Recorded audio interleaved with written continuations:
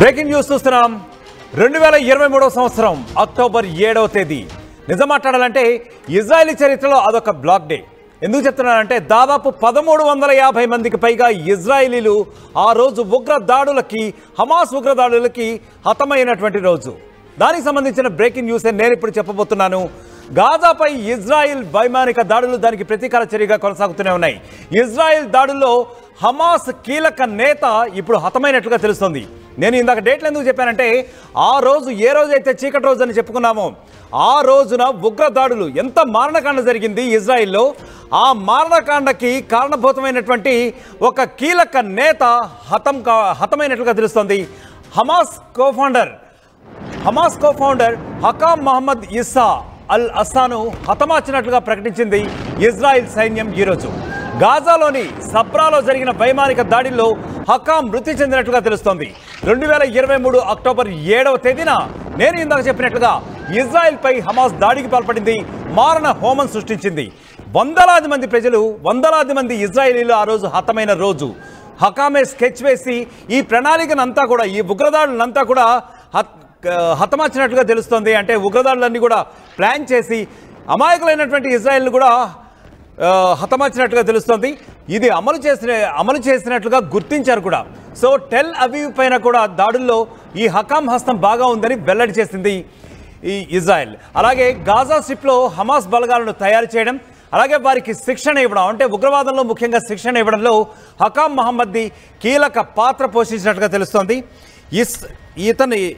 ఇతను ఇస్సా హమాస్ను నిర్వహించాడని, ఉగ్రవాదులకు శిక్షణ ఇచ్చాడని, 2023 అక్టోబర్ 7న ఇజ్రాయెల్లో జరిగిన మారణహోమానికి ప్రణాళిక వేశాడని చెప్పి కూడా మనకు తెలుస్తోంది.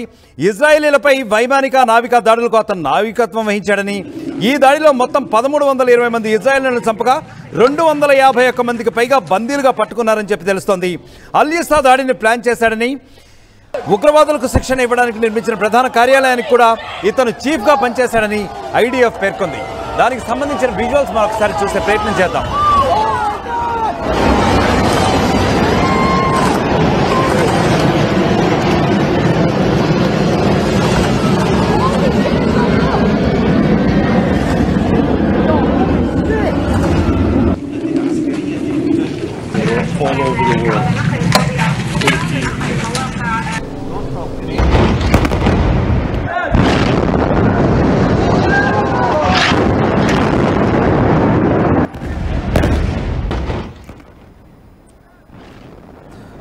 రైట్. ముఖ్యంగా హమాస్ చీఫ్ చనిపోయినట్లుగా తెలుస్తోంది. ఎందుకంటే ఇజ్రాయెల్ టార్గెట్గా చేసుకుని ఆ దాడులకి ఎప్పుడైతే అక్టోబర్ 7, 2023న సరిగ్గా 2 సంవత్సరాల 8 నెలల 22 రోజుల క్రితం ఎంత మారణహోమం సృష్టించిందో దానికి ప్రతి దాడులుగా ఇజ్రాయెల్ కూడా మారణహోమాన్ని సృష్టించాలి. ముఖ్యంగా ఈ ఉగ్రవాద నేతలందరినీ కూడా అసలు ఫుల్ స్టాప్ పెట్టేయాలి, వాళ్ళని అసలు భూమి మీద లేకుండా చేసేయాలని చెప్పి దృఢ సంకల్పంతో ఇజ్రాయెల్ ముందుకెళ్తున్నట్టుగా తెలుస్తుంది. అయితే ఈ హమాస్ చీఫ్ ఎవరైతే ఈరోజు అల్ ఇస్సా అతను హతమయ్యాడో అతను ఉగ్రవాద బలగాలను తయారు చేయడం, వారికి శిక్షణ ఇవ్వడంలో హకామ్ మహమ్మద్ అనే ఇతను కీలక పాత్ర పోషించినట్టుగా తెలుస్తోంది. దీనిపై మరింత సమాచారం యాక్చువల్గా మా ప్రతినిధి సచిన్ అందించబోతున్నారు. సచిన్, చెప్పండి, కీలక నేతలందరూ ఒక్కొక్కరుగా హతమవుతున్నారా? ఎందుకంటే ఇజ్రాయెల్ ప్రతిజ్ఞ చేసినట్లుగా మీ దగ్గర ఉన్న అప్డేట్ ఏంటి? కొద్దిసేపటి క్రితం గాజాలో జరిగిన ఆ దాడులకు సంబంధించి మాట్లాడుకునే క్రమంలో కీలక నేతలు ఒక్కొక్కరిని కూడా మట్టుబెట్టాం, ఎలిమినేట్ చేస్తామంటూ కూడా ఇజ్రాయెల్కి సంబంధించి ఇజ్రాయెల్ డిఫెన్స్ ఫోర్స్ చెప్పుకొచ్చిందంటే అర్థం చేసుకోవచ్చు. ఈ నేపథ్యంలోనే ఇజ్రాయెల్కి సంబంధించి కో-ఫౌండర్గా చెప్పుకుని హకామ్ మహమ్మద్ ఇస్సా అల్ హస్సాను హతమార్చినట్లు ఇజ్రాయెల్ సైన్యం చెప్తున్న సందర్భం. ఇక్కడ ఇంట్రెస్టింగ్గా మాట్లాడుకుంటే అక్టోబర్ 7, 2023 నుంచి దాడులు మొదలుపెట్టిన క్రమంలో కీలక నేతలు ఒక్కొక్కరిని కూడా హతమార్చుకుంటూ వచ్చింది. దీంట్లో హమాస్ చీఫ్ యహియా సిన్వర్కి సంబంధించి ఎక్కడున్నాడో కనుక్కొని మరి వెళ్ళి కొట్టిన సందర్భం, ఇరాన్కి సంబంధించి వెళ్ళిన సందర్భం, యహియా సిన్వర్తో కావచ్చు, హెజ్బుల్లా చీఫ్ కావచ్చు, ఇలా చీఫ్స్ ఒక్కొక్కరిని కూడా హతమార్చిన సందర్భం ఐడిఎఫ్కి సంబంధించి మాట్లాడుకున్న సందర్భంలో కేవలం అక్కడితో ఆగిపోలేదు. ఎవరైతే కీలక నేతలు ఉన్నారో వీళ్ళందరూ ఇక్కడ ఒక్కొక్కరిని మట్టుబెట్టింది. ఆ తర్వాత సలీహ్ రౌరీ కావచ్చు, లేకపోతే హెజ్బుల్లా నిఘా చీఫ్గా మాట్లాడుకుని అబ్బాస్ అల్ హసన్ వాహబీ కావచ్చు, ఇలా వీళ్ళొక్కొక్కరిని కూడా మట్టుబెట్టుకుంటూ వచ్చింది. మొత్తంగా ఈ దాడులకు సంబంధించి ఒకటే చెబుతోంది. ఎందుకంటే ఇరాన్కి సంబంధించిన నేరికి ఇప్పుడు అటాక్ చేసే అవకాశం లేదు. ఎందుకంటే ఒకవేళ ఇరాన్కి సంబంధించి పూర్తి స్థాయిలో అటాక్కి దిగితే కనుక అమెరికా నుంచి అక్కడ అబ్జెక్షన్ వచ్చే అవకాశం ఉంది. కాబట్టి ఈ నేపథ్యంలోని నేరుగా రంగంలోకి దిగుతోంది ఇజ్రాయెల్ ఎవరెవరిని కొద్ది రోజుల క్రితం చూసాం. హెజ్బుల్లాకి సంబంధించి లెబనాన్లో హెజ్బుల్లా మీద దాడులు చేసిన క్రమం, ఆ తర్వాత హమాస్కి సంబంధించి గాజాలో దాడులు చేస్తోంది. ఇక యెమెన్లో హౌతీల మీద దాడులకు తెగబడుతున్న ఆ విజువల్స్ మనం కూడా చూసాం. అంటే ఒకటే చెప్తోంది, ఇరాన్ తన పంధా మార్చుకోవాలి. ఇరాన్ కనుక తన పంధా మార్చుకోకపోతే ఈ దాడులు మరింత తీవ్రతరమయ్యే అవకాశం ఉంది అని చెప్పి ఇండైరెక్ట్గా ఇరాన్కి వార్నింగ్ ఇస్తోంది. ఇక్కడ వీళ్ళందరూ కూడా ప్రాక్సీస్ కింద మాట్లాడుకుంటుంటారు, ఇరాన్కి సంబంధించి ప్రాక్సీస్గా మాట్లాడుకుంటూ ఉంటారు. సో ఈ క్రమంలోని అఫ్కోర్స్ ఇప్పటికే మనం చూసాం, యెమెన్లోని హౌతీలు ఇరాన్కి ఇజ్రాయెల్కి మధ్య యుద్ధం జరుగుతున్న క్రమంలో యెమెన్లోని హౌతీలు కూడా ఇజ్రాయెల్ మీద దాడులు చేసిన క్రమాన్ని ఇక్కడికి ఒక మాట నేను చెప్పాలనుకుంటున్నాను. ఎందుకు ఇప్పుడు ఈ మాట నేను ప్రస్తావిస్తున్నానంటే, హమాస్కి ఇజ్రాయెల్కి మధ్య జరిగిన దాడులు కావచ్చు, లేకపోతే హెజ్బుల్లాకి హమాస్కి సంబంధించి హెజ్బుల్లాకి గాజా ఇజ్రాయెల్కి సంబంధించి, అంటే హెజ్బుల్లా ఇజ్రాయెల్ కావచ్చు, హమాస్ ఇజ్రాయెల్ కావచ్చు, వీళ్ళిద్దరి మధ్య దాడులు జరుగుతున్న క్రమంలో నేనున్నానంటూ కూడా ఎప్పటికప్పుడు యెమెన్లోని హౌతీలు దాడులు చేసేవాళ్ళు. ఈ క్రమంలోని ఒక టైం చూసుకొని వాళ్ళ మీద కూడా దాడులు చేసేది ఇజ్రాయెల్. అంటే ఒకటి, ఎవరైనా సరే తమ పౌరుల మీద దాడులు చేసే ప్రయత్నం చేసినా, లేకపోతే అటువంటి ప్రణాళికలు చేసినా వాళ్ళని విడిచిపెట్టమంటూ చెప్పుకొస్తోంది ఇజ్రాయెల్.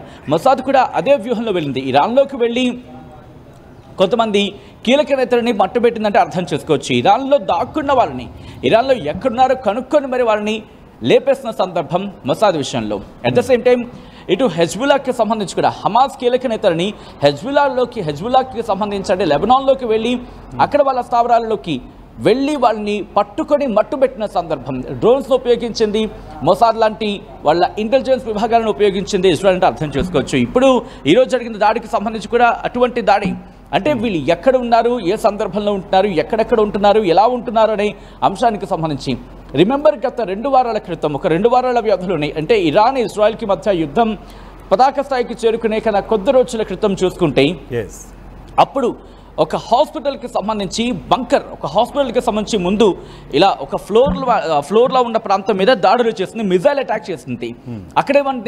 అక్కడ హాస్పిటల్ని కావచ్చు, శరణార్థి శిబిరాలను కావచ్చు హమాస్ వాడుకుంటోంది.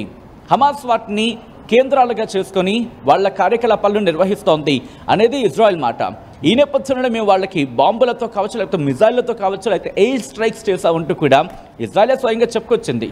అయితే ఆ ఘటనకి ఒక వారం రోజుల ముందో లేకపోతే 10 రోజుల ముందు ఆ ఘటన జరిగిందో చెప్పుకొచ్చింది, అసలు ఏం జరిగింది అక్కడ అంటూ కూడా. బట్ టార్గెట్ ఎందుకు చేస్తామనేది మాత్రం సబ్జెక్ట్ అక్కడ క్లారిటీ ఇచ్చింది. దాంట్లో కీలకమైన నేతలను మట్టుబెట్టామంటూ కూడా చెప్పుకొచ్చిన సందర్భం. వాళ్ళు హాస్పిటల్కి సంబంధించి హాస్పిటల్ దగ్గర ఉన్న సొరంగాలని లేకపోతే ఈ ప్రాంతాలని పూర్తిగా ఆధీనంలోకి తీసుకొని దాడులకు దిగుతున్నామంటూ కూడా చెప్పుకొచ్చిన సందర్భం ఉందని ఇక్కడ భావించాలి. అఫ్కోర్స్ అంటే ఎందుకు దాడులు చేస్తున్న అంశానికి సంబంధించి క్లారిటీ ఇస్తోందని చెప్పుకోవచ్చు యజ్ఞ. రైట్ సచిన్, అంటే ఇది ఒక రకంగా ఇరాన్కి కూడా ఇండైరెక్ట్గా ఉంది, డైరెక్ట్ వార్నింగ్ అనుకోవచ్చా? ఎందుకంటే బికాజ్ ఇజ్రాయిల్ అనేది యాక్చువల్ ఇటువైపు నుంచి ఒక పక్కన నరుక్కుంటూ వస్తూ ఉంది. రైట్, ఇరాన్కి ఇక్కడ డైరెక్ట్గా వార్నింగ్ ఇచ్చే సందర్భాలు. ఎందుకంటే ఇప్పుడు ఇరాన్ కనుక నేరుగా ఏమైనా వార్నింగ్స్ లాంటివి ఇస్తే కనుక అది మళ్ళీ అమెరికా నుంచి కాస్త అభ్యంతరం వ్యక్తే అవకాశం ఉంటుంది. అమెరికా నుంచి రిపర్కషన్స్ ఎదుర్కోవాల్సిన పరిస్థితి వచ్చే అవకాశం ఉంటుంది ఇజ్రాయెల్కి. ఆఫ్ కోర్స్ ఇటు ఇరాన్ విషయంలో కావచ్చు, లేకపోతే హెజ్బుల్లా, హమాస్, హౌతీల విషయంలో ఎప్పుడు కొన్ని సందర్భాల్లో అమెరికాను కాదని ముందుకు వెళ్ళిన సందర్భాలు లేవనుకొని కొట్టుపారడం పూర్తి స్థాయిలో అటువంటి సందర్భాలు కూడా ఉన్నాయనుకోవాలి. But coming back to this subject, ఈ రోజు జరుగుతున్న దాడులకు సంబంధించి నేరుగా ఇప్పుడు దాడులు చేసే అవకాశం లేదు. నేరుగా ఇరాన్కి సంబంధించి లేకపోతే ఇరాన్ మద్దతుదారులను ఇజ్రాయెల్ ఢీకొట్టే సందర్భం ఆఫ్ కోర్స్ వాళ్ళకి సమ్వేర్ ఇంటెన్షన్ ఉన్నప్పటికీ కూడా, బట్ అమెరికా వెనకాల ఉన్న సందర్భం అంటే అమెరికా సపోర్ట్ వాళ్ళకి ఎప్పటికైనా కావాల్సిన అవసరం ఉంది కాబట్టి అమెరికా కాంటెక్స్లో ప్రస్తుతం కామ్గా ఉండాల్సిన పరిస్థితి ఉంది. బట్ వెరాస్ కమ్స్ టు గాజాకు సంబంధించి కావచ్చు లేకపోతే మిగిలిన ప్రాంతాలు గాజా కావచ్చు, లేకపోతే లెబనాన్లోని హెజ్బుల్లా కావచ్చు, ఇటు హౌతీలు యెమెన్లో ఉన్న హౌతీలు కావచ్చు, వీళ్ళ విషయంలో ఎప్పుడు అమెరికా అభ్యంతరం పెట్టిన సందర్భాలు పెద్దగా కనిపించలేదు. ఎందుకంటే అభ్యంతరం పెడితే మళ్ళీ అమెరికాకి అది మళ్ళీ ఇబ్బంది అవుతుంది, ఎందుకంటే రెడ్ సీ ద్వారా వాళ్ళ వాణిజ్యం కొనసాగాలి కాబట్టి ఈ నేపథ్యంలో ఇక్కడ అబ్జెక్షన్ పెట్టదు. బట్ ఇరాన్ కనుక ఇన్వాల్వ్ అయితే, ఇరాన్ కనుక ఇప్పుడు పూర్తి స్థాయిలో రంగంలోకి దిగిందనుకుందాం ఇక్కడ, అప్పుడు పరిస్థితులు మారే అవకాశం ఉంటుంది. అప్పుడు మళ్ళీ అమెరికా జోక్యం చేసుకుంటుందా? ఇటువంటి పరిణామాలు చోటు చేసుకున్న అంటే అమెరికా కనుక రంగంలోకి దిగితే, అంటే ఇరాన్ కనుక వీళ్ళ విషయంలో కనుక వచ్చిన సందర్భంలో అమెరికా కనుక రంగంలోకి దిగితే ఇది మళ్ళీ ఇంకొక యుద్ధానికి తెరలేపే అవకాశం ఉంటుంది. బట్ ఇప్పుడున్న పరిస్థితుల్లో ఇరాన్ అటువంటి చర్యలకు దిగే అవకాశం పూర్తిగా ఉంటుందని చెప్పలేం. అంటే ఇరాన్ పూర్తిగా దిగచ్చు అని చెప్పే సందర్భాలు చాలా తక్కువనే చెప్పుకోవాలి. బట్ ఎందుకంటే వాళ్ళకున్న ఆ న్యూక్లియర్ ఫెసిలిటీస్ని వాళ్ళు డెవలప్ చేసుకోవాలి. ఇటు ఇజ్రాయెల్ కావచ్చు, అమెరికా కావచ్చు చేసిన దాడుల్లో వాళ్ళు పునర్నిర్మించుకోవాలి. అమెరికాకు సంబంధించి కూడా ఏదో మద్దతు అనే ఒక మాట వినిపించిన సందర్భం ఉంది. కాబట్టి అమెరికా ఇప్పుడు అంత వేగంగా ఇరాన్తో కాన్ఫ్లిక్ట్లోకి ఇంకో కాన్ఫ్లిక్ట్లో దిగే అవకాశం ఉంటుందని చెప్పి మనం భావించలేం. ఇన్నున్నాయి కాబట్టి ఇది ప్రస్తుతానికి మాత్రం గాజాకి, లెబనాన్కి, అట్ ద సేమ్ టైం యెమెన్కి ఇక్కడికే పరిమిత అవకాశం ఉందని చెప్పుకోవాలి. యజ్ఞ రైట్ సచిన్, థ్యాంక్ యూ. మొత్తానికి గాజాపై ఇజ్రాయెల్ వైమానిక దాడులు ఇంకా కొనసాగుతూనే ఉన్నాయి. ఇజ్రాయెల్ దాడిలో హమాస్ కీలక నేత అతను హతమైనట్లుగా తెలుస్తోంది. Hamas co founder Hakam Mohammed Issa al హసాను హతమార్చినట్లుగా ప్రకటించేసింది ఇజ్రాయెల్ సైన్యం. అయితే ఈ మారణహోమం అంటే ఇది ఉగ్రవాద నిర్మూలన ఎప్పటికీ జరుగుతూనే ఉంటుందని చెప్పి డైరెక్ట్గా వార్నింగే ఇచ్చింది ఒక రకంగా హమాస్కి ఇజ్రాయెల్ సైన్యం. గాజాలోని సబ్రాలో జరిగిన వైమానిక దాడుల్లో హకామ్ మృతి చెందినట్లుగా తెలుస్తోంది. 2023 అక్టోబర్ 7వ తేదీన అంటే సరిగ్గా 2 ఏళ్ల క్రితం ఇజ్రాయెల్పై హమాస్ దాడికి ప్రతిచర్యగా ఈ దాడులు కొనసాగిస్తున్నట్టుగా తెలుస్తోంది. దీనన్నింటికీ కూడా హకామే సూత్రధారి, హకామే స్కెచ్ వేసి ఈ దాడులన్నింటినీ కూడా అప్పట్లో అమలు చేసినట్లుగా తెలుస్తోంది. ఈ హకామ్ దగ్గర ఆల్మోస్ట్ 20 ఏళ్ల క్రితమే అతను వచ్చేసి హమాస్లో చేరాడు. ఉగ్రవాద సైనిక స్థావరాలన్నింటినీ కూడా శిక్షణ ఇచ్చాడు, ఉగ్రవాదాన్ని ప్రేరేపించాడు. ఇజ్రాయెల్పై ముఖ్యంగా ఇజ్రాయెల్ని టార్గెట్ చేసుకుని ఇజ్రాయెల్లో మారణహోమం సృష్టించడానికి ఇతనే కారణభూతుడైనట్టుగా కూడా తెలుస్తోంది. అయితే ఇజ్రాయెల్ ఇంతటితో ఆగట్లేదు, ఇంకా కొంతమంది సూత్రధారులను గుర్తించినట్లు మరి ఉగ్రవాదాన్ని సంపూర్ణంగా హమాస్ ఉగ్రవాదాన్ని ఏదైతే ఉందో అది సంపూర్ణంగా నిర్మూలించేటట్లుగా కూడా ఇజ్రాయెల్ అదే ప్రణాళిక ప్రకారం ముందుకు సాగుతున్నట్లుగా కూడా అయితే ప్రస్తుతం మనం చూస్తున్నటువంటి విజువల్స్ నుంచి మనకు అందిన సమాచారం గురించి కూడా ఒక క్లారిటీ వస్తుంది.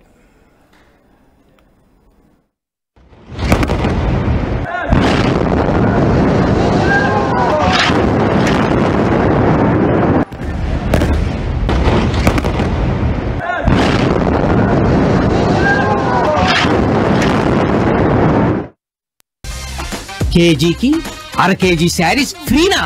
ఏం కొన్నావురా? అమ్మకి 10, అత్తమ్మకి 6, అమ్మమ్మకి 4 కేజీలు చీరలు మామా. అబ్బో, ఇక్కడ కేజీ చీరలు కొంటే అర కేజీ చీరలు ఫ్రీ అంట. Churidar, men's wear, kids wear 1+1, 2+1 మస్తు ఆఫర్లు ఉన్నాయి. మరి ఇంకా మాంగళ్య ఆషాఢం కేజీ సేల్ అంటే తెలుసు కదా. మాంగళ్య షాపింగ్ మాల్ కేజీల్లో సేల్, టన్నుల్లో ఆనందం. తెలుగులో న్యూస్ కి ఫాస్టెస్ట్ యాప్ ఇప్పుడు టోటల్లీ న్యూ అవతార్లో జస్ట్ 5 seconds లో కంప్లీట్ న్యూస్. సోషల్ మీడియాలో ట్రెండ్స్ కి one stop solution. Live TV app voice search option తో ఇప్పుడే డౌన్లోడ్ చేయండి లేదా అప్డేట్ అయిపోండి. యాప్ లింక్ డిస్క్రిప్షన్ లో ఉంది.